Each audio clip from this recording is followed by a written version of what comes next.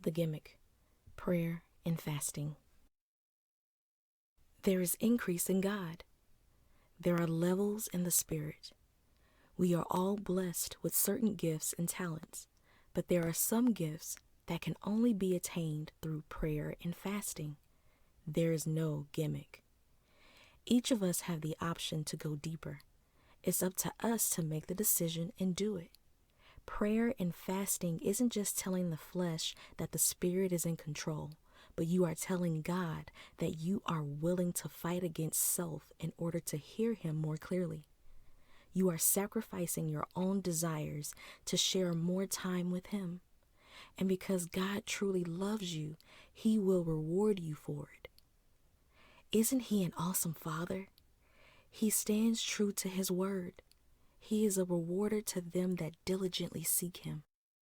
In the book of Mark, chapter 9, the disciples were asked to cast a spirit out of a boy who had been dealing with the spirit since he was a child, but none of them were able to cast the spirit out.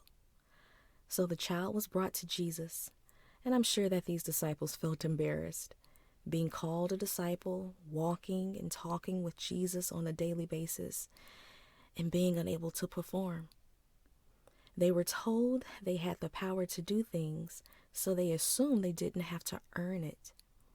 Jesus made a few comments about His disciples that I'm sure made them feel tiny. However, He cast the spirit out, showing all who watched that it was possible. When Jesus and His disciples were in private, they asked Him why they weren't able to do it. His response was clear and straightforward. This kind can come forth only by nothing but prayer and fasting. Let me say that again. Prayer and fasting. You still think it's a gimmick? You cannot do one without the other and expect miracles like that to happen. That must be earned through denying your fleshly desires and giving reverence and time to the God of Israel. The disciples were trying to do something they weren't yet ordained to do. Many of you may be feeling stuck, or that you've been in the same place spiritually for a while. You have a deep feeling that there's something more and that you could do more to grow spiritually. The reason why more hasn't just fallen into your lap is because you have not prayed and fasted.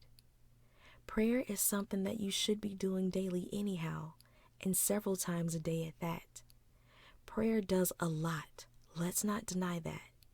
It can bring so much into your life, but when you add fasting to the mix, it amplifies the experience.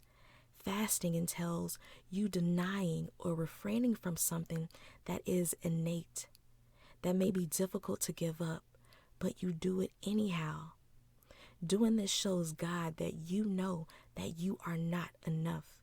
This world and the gain that it has is not enough. You are pushing it aside to hear your Father more clearly. You'll deny your flesh to gain spiritual strength, clarity, and more insight. You recognize that you do not live by bread alone, but by the Spirit.